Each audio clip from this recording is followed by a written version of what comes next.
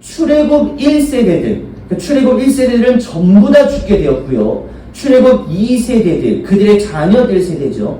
자녀들 세대들이 40년 이후에 저 가데스 바네아라고 하는 곳에 다시 온 거예요. 정탐했었을 때의 그 40년 이후에 다시 도착해서 이제는 하나님께서 허락해 주신 그 젖과 꿀이 흐르는 가나안 땅의 입성을 바라보고 있는 그 상황. 그때 이스라엘 백성들이 뭐라고 이야기하냐면 오늘 본문 말씀 2절에서부터 5절 말씀 제가 읽어보겠습니다. 모세와 아론에게로 모여드니라. 백성이 모세와 다투어 말하여 이르되 우리 형제들이 여호와 앞에서 죽을 때에 우리도 죽었더라면 좋을 뻔하였도다. 너희가 어찌하여 여호와의 회중을 이 광야로 인도하여 우리와 우리 짐승이 다 여기서 죽게 하느냐. 너희가 어찌하여 우리를 애굽에서 나오게 하여 이 나쁜 곳으로 인도하느냐. 이곳에는 파종할 곳이 없고 무화과도 없고 포도도 없고 석류도 없고 마실 물도 없도다. 지금 출애굽 2세대들이 40년 이후에 여기 도착했을 때 또 이 이야기를 하는데 이 말을 듣고 모세의 심정이 어땠을까요? 40년 전에는 모세도 거기 있었어요. 그 40년 이후에도 지금 있는 거예요. 바뀐 건 뭐가 바뀌었냐면 출애굽 1세대들에서 2세대들로만 바뀐 거예요. 자, 근데 그 모세가 여기서 분노할 수밖에 없죠.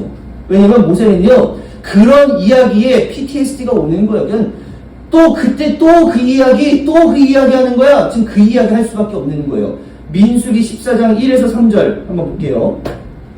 이 말씀은 그 이스라엘 백성들이 물이 없을 때 이스라엘 백성들이 하나님한테 했었던 이야기인데 이 민수기 14장은요 이스라엘 백성들 초기의 이야기인 거예요. 출애굽 초기의 이야기. 제가 읽어보겠습니다.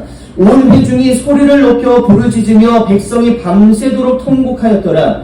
이스라엘 자손이 다 모세와 아론을 원망하며 온 회중이 그들에게 이르되 우리가 애굽 땅에서 죽었거나 이 광야에서 죽었으면 좋았을 것을 어찌하여 여호와가 우리를 그 땅으로 인도하여 칼에 쓰러지게 하려 하는가. 우리 처자가 사로잡히리니 애굽으로 돌아가는 것이 낫지 아니하랴. 출애굽 1세대가 했었던 이야기 그대로 40년 뒤에 출애굽 2세대가 오늘 본문 말씀 민수기 20장에서 그대로 하고 있는 거예요.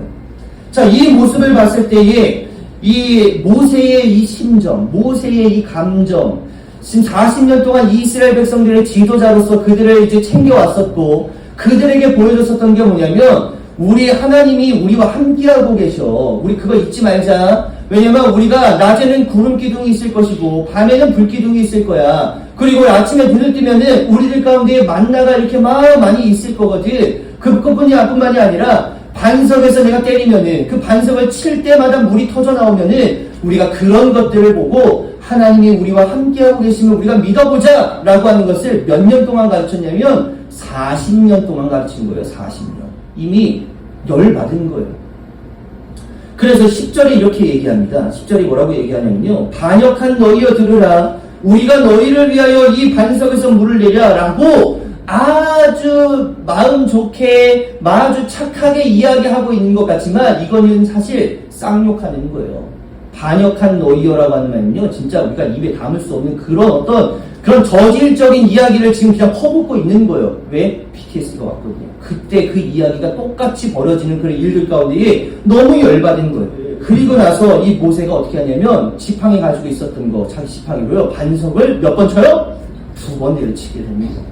분노는 언제 일어날까? 그냥 제 스스로 한번 생각을 좀 해봤습니다. 분노는 같은 일이 반복될 때 분노가 일어날 수밖에 없는 거예요. 계속 하지 말라고 하는 것을 하라고 하는 것을 이야기했는데도 불구하고 똑같은 일이 계속 반복되어지고 있으면 화가 날 수밖에 없는 거죠. 지금 모세가 그럴 수밖에 없는 거예요. 40년 전에서부터 야 우리 하나님이 우리와 함께한다. 40년 이후에도 40년 동안 계속 똑같은 이야기 하는데도 지금 그렇게 불평불만하고 있는 이스라엘 백성들. 또 분노가 언제 일어나느냐 살펴봤더니 자신이 쏟아부은 그런 마음과 열정에 비해서 보상이나 어떤 피드백이 제대로 주어지지 않을 때 분노가 일어날 수 있다라는 거예요. 모세가 어떤 사람이냐면요 여러분들 모세가요 굉장히 따뜻한 사람이에요. 40일 동안 그 시내산에서 하나님과 대면하면서 하나님의 말씀들을 받아 적기 시작하는 거예요. 근데 저 밑에서 무슨 마음이 드냐면 이스라엘 백성들이 야 모세가 왜 이렇게 안 와? 야 이거 왜 이렇게 안 오는 거야? 자꾸 그런 생각이 들다 보니까 여러분들 아무 생각 없이 그냥 아무 얘기도 없이 40일 동안 나가 있으면 뭐라고 생각하겠어요? 우리 모세 죽었나 보다. 그 당시 광야에서 살 수 없었으니까 야 죽었나 보다. 그렇게 생각하고 이스라엘 백성들이 거기 밑에서 무슨 짓거리를 하냐면 야 우리를 애굽에서부터 인도하여 낸 신을 우리가 만들자라고 해서 뭘 만들어요? 금송아지를 거기서 만드는 거예요. 그래서 하나님께서 그 장면을 보십니다. 그래서 모세에게 뭐라고 얘기하시냐면 야 밑에서 애들이 지금 금송아지 만들고 있어. 야 내가 저 짓거리 하는 거 내가 보지 못하겠다. 나 너무 열받아. 나 쟤네들 그냥 다 쓸어버리고 내가 너를 통해서 새로운 민족을 다시 일으켜 세워줄게. 그때 이 모세에게 그런 얘기를 하거든요. 그때 모세가 뭐라고 이야기하는지를 보면 모세가 참 따뜻한 사람이다라고 하는 걸 볼 수 있어요. 말씀 한번 볼까요? 모세는 주 하나님께 뭐 했다고요? 애원한 거예요. 제발 그렇게 해주시면 안 되겠습니까? 애원하는 거예요. 주님, 어찌하여 주님께서 큰 권능과 강한 손으로 이집트 땅에서 이끌어내주신 주님의 백성에게 이같이 노하십니까? 어찌하여 이집트 사람들이 그들이 주가 자기 백성에게 재앙을 내리려고 그들을 이끌어내어 산에서 죽게 하고 땅에서 완전히 없애버렸구나 하는 말을 하게 하려 하십니까? 제발 진노를 거두시고 뜻을 돌이키시어 주님의 백성에게서 이 재앙을 거두어 주십시오. 모세 참 따뜻한 사람이에요. 13절 주님의 종 아브라함과 이삭과 이스라엘을 기억하여 주십시오. 주님께서 그들에게 맹세하시며 이르시기를 내가 너희의 자손을 하늘의 별처럼 많게 하고 내가 약속한 이 땅을 너희 자손에게 주어서 영원한 유산으로 삼게 하겠다고 하셨습니다. 모세가 이렇게 간구하니 하나님께서 어떻게 하셨어요? 보세요. 주님께서 뜻을 어떻게 하셨다? 하나님께서 뜻을 돌이키시는 경우가 그렇게 많지 않아요. 근데 이 모세의 이 간구하는 애원의 기도를 들으시고 하나님께서 뜻을 돌이키신 다음에 주님의 백성에게 내리시겠다고 약속하셨던 재앙을 하셨다 안 하셨다? 안 하셨다는 거예요. 멈추셨다는 거예요. 이랬던 모세에게 지금 이스라엘 백성들이 뭐라고 하고 있어요? 야 네가 지금 우리들 여기 끌고 와가지고 우리 다 죽게 만드는 거야? 지금 끔찍하게 이스라엘 백성들을 사랑했던 이 모세에게 그렇게 얘기하니까 모세가 당연히 열받을 수밖에 없는 거죠. 여호와께서 모세와 아론에게 이르시되 너희가 나를 믿지 아니하고 이스라엘 자손의 목전에서 내 거룩함을 나타내지 아니한 거로 너희는 이 회중을 내가 그들에게 준 땅으로 인도하여 드리지 못하리라 하시니라. 여러분들 이 말씀 보면 하나님 너무하다고 생각하지 않으세요? 40년 동안 이스라엘 백성들을 이끌었고 그렇게 이제 딱 들어가기만 하면 이제 되는 그런 상황인데 야 너가 너 그 행동 때문에 너가 나를 믿지 아니했었던 그 행동 너가 그 반석을 2번 내려쳤었던 그 행동 때문에 너는 가나안 땅에 들어가지 못할 거야. 지금 어찌 보면요 가장 생고생한 사람 누구예요? 모세예요. 근데 이 모세가 하나님께서 허락하여 주신다고 약속하셨던 그 젖과 꿀이 흐르는 땅에 어찌 보면 일본으로 들어가는 사람이 누구냐면 모세랑 여호수아랑 갈렙 이 세 사람이 제일 먼저 들어가야 되는 거예요. 근데 그러한 것도 없이 모세 너는 못 들어가. 이렇게 얘기하고 있다는 거죠. 하나님 너무하신 거 아니냐. 모세의 문제가 뭐냐면 하나님의 말씀을 듣지 않았다라고 하는 것에 모세의 문제를 발견할 수 있는 거예요. 자 보세요. 8절 지팡이를 가지고 내 형 아론과 함께 회중을 모으고 그들의 목전에서 너희는 반석에게 뭐하여? 명령하여 물을 내라 하라. 지금 이스라엘 백성 이 모세에게 뭐라고 명령했냐면 자 예전에는 어땠어요? 그 밑에 있는 그 신광야에서 르비딤에서 하나님께서 명령하실 때는 반석을 어떻게 해라? 쳐라. 그래서 쳤더니 반석에서 물이 터져 나온 거예요. 근데 지금은 어떻게 얘기하냐면 뭐 하라고요? 명령하라라고 했어요. 명령하라. 굳이 칠 필요가 없었던 거예요. 하나님 말씀 따르지 않는 겁니다. 지금 모세의 감정은요 아무것도 들리지 않는 그런 상황인 거예요. 그런 마음이다 보니까 하나님의 말씀이 그의 귀에 들릴 수가 없다라고 하는 것이죠. 두 번째, 오늘 본문에 나와 있는 것처럼 하나님의 거룩함을 나타내지 못했다라고 하는 것에 이 모세의 문제를 발견할 수 있는 거예요. 그들이 또 무리바 물가에서 오늘 말씀이죠. 무리바 물가에서 주님을 노하시게 하셨으므로 이 일로 모세까지 화를 입었는데 33절 그들이 모세의 기분을 상하게 하여 모세가 망령되이 말을 하였기 때문입니다. 지금 그 말이 어떤 말이냐면 하나님이 해주신 것을 마치 내가 해줄 수 있는 것처럼 했던 그 말을 망령되이 했다라고 하는 것으로 이야기하고 있다는 거예요.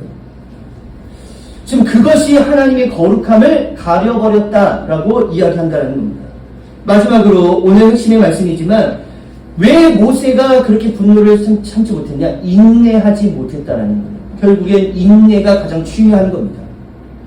민수기 12장에 보면은 모세를 아까 설명해 드린 것처럼 온 지면에 모세만큼 온유한 사람이 없었다라고 기록합니다.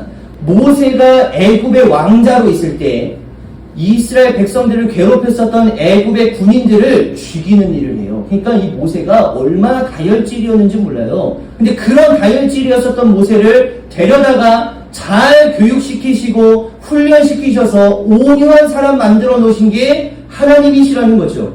근데 그 온유를 한순간에 인내하지 못하는 그 분노 때문에 완전히 무너뜨리게 만들었던 것이 오늘의 사건이라는 거예요.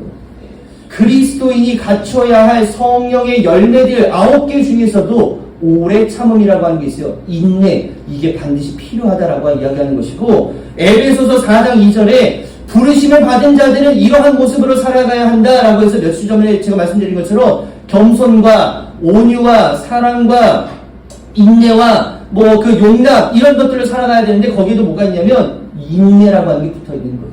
그래서 분노하면 누구만 손해일까요? 자기만 손해인 거예요, 결국에. 이 모세가 화를 한 번 내서 반석을 2번 때린 것 때문에 물이 안 나왔으면 그래도 그나마 뭐 그럴 수 있었을 거예요. 근데 반석을 친 것 때문에 물은 나왔어요, 안 나왔어요? 나왔어요. 똑같이 나오는 거예요.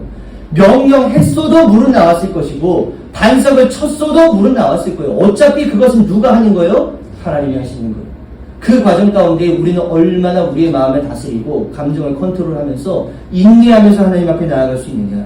결국에 그 인내하면서 나아가는 사람들에게 하나님의 영광, 가나안 땅이 주어질 수 있었다는 거죠.